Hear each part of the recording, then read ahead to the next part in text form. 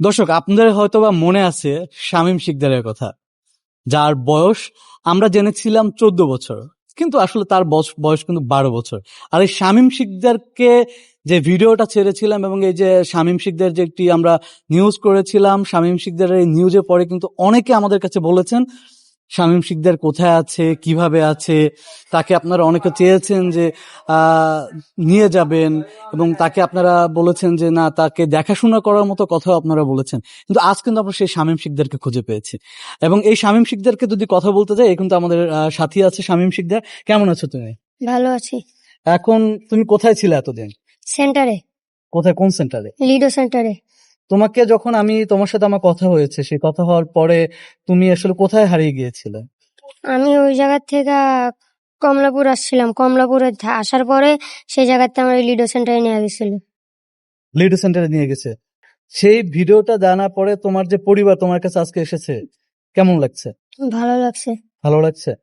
তো এখন তুমি আমাদের সাথে যে কথাগুলো বলেছিলে, তোমার পরিবার, তোমার বাবা নেই, এবং তোমার মায়ের যে বিষয়গুলো বলেছিলে, তোমার চাচাদের বিষয়ে কথা বলেছিলে, সেই চাচারা এখন তোমাকে নিতে এসেছে।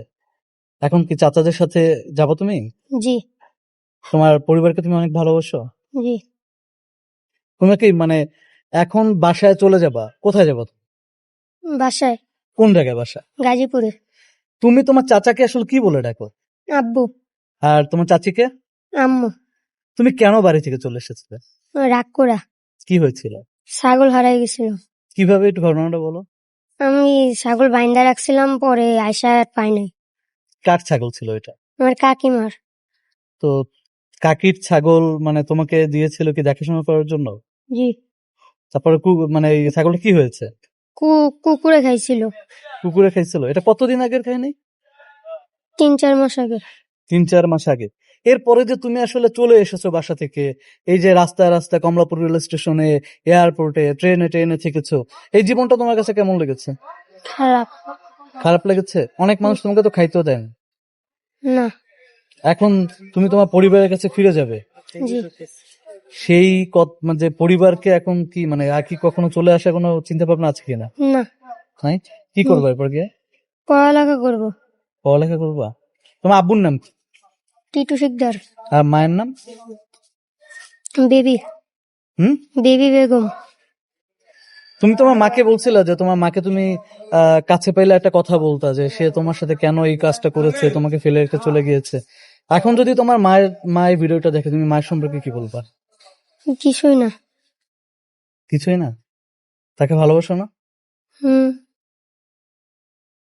ভালোবাসো না?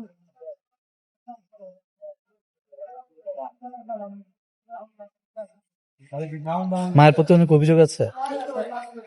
আমার ছোটবেলা থেকে গেছে গা। সেই ছোটবেলা যাওয়ার পরে তোমাকে তোমার চাচারা দেখেছেন? জি। চাচারা অনেক ভালোবাসে? হ্যাঁ। তোমার চাচার নাম কি? জাহিদ শিকদার। জাহিদ শিকদার।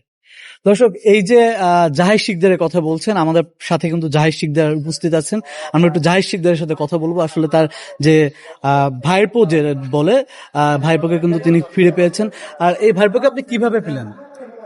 ভাই সত্যি কথাই, আমার ভাইপো আমার এর যে সময় 1.5 থেকে 2 বছর বয়স, সে সময় আমার ভাই ব্লাড ক্যান্সারে মারা যায়। মারা যাওয়ার আগে ওরে আমার হাতে তুলে দিয়ে দেয়। ভাই সবচেয়ে খারাপ বিষয় হয়েছে ভাই, আমি ওনার কারণে আমি আর সন্তানও নিনি ভাই, এটা সত্য কথা। আর এই যে আমার কিভাবে বুঝছে থেকে বাইর হয়ে যায়, ওর মাথায় কি আছে আমি জানি না। ওর স্কুলে দিছি, স্কুল থেকে ও হারা যায়, স্কুলে যায় না। এবার ওর কাছে জিজ্ঞেস করছি যে তোমার যদি স্কুলে যেতে না মন চায় তুমি যাইও না, তোমার আমি জোর করবো না। তো বলছে আমি স্কুলে যাব না। বাস ওকে, আমি বলছি তাহলে তুমি আমার লগে থেকে, আমি তো হাতের কাজ করি, তুমি আমার লগে থেকে হাতের কাজ করো। কিছুদিন আগে ওর বোনের আমার মেয়ে আবার অন্তঃসত্ত্বা, তো ওনারে বললাম, ওর কাছে জিজ্ঞেস করলাম এই যে রমজানের ঈদের আগে জিজ্ঞেস করলাম যে তুমি কি করবা, বললো যে আমি তাহলে হাফুর ধরে যাবো। তো যাও। ও তারপরে তো ওনার সাইজেস আছে একটু খিটখিটে মেজাজের যদিও।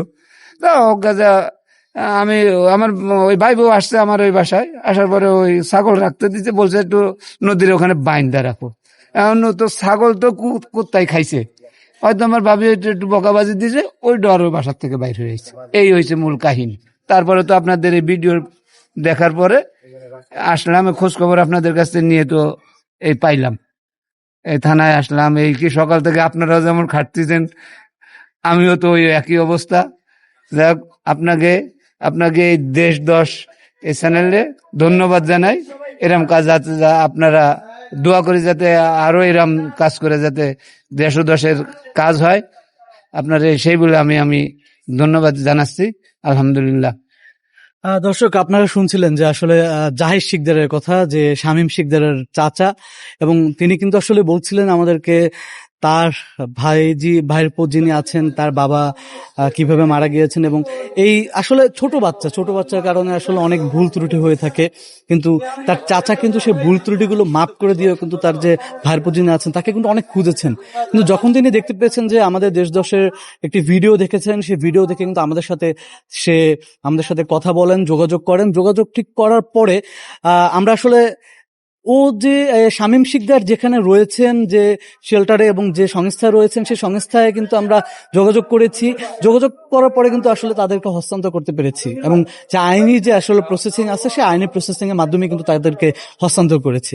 দর্শক, আপনাদেরকে ধন্যবাদ যে আপনারা আমাদেরকে এত সুন্দর একটি, আসলে সবাই সহযোগিতার হাত বাড়িয়ে দিয়েছেন এবং সবাই চেয়েছেন যে শামীম শিকদারের যেন আসলে ভালো একটি স্থান পায়, ভালো একটি পরিবেশ পায়। আপনারা সামনে যে আমাদের যারা আছেন তাদেরকে আসলে রাস্তায় যে পথ শিশু যারা আছেন তাদের সবাই কি যতটুকু সামর্থ্য আছে সবাই চাইবেন তাদের যেন ঠিক পরিবারটাকে খুঁজে পায়।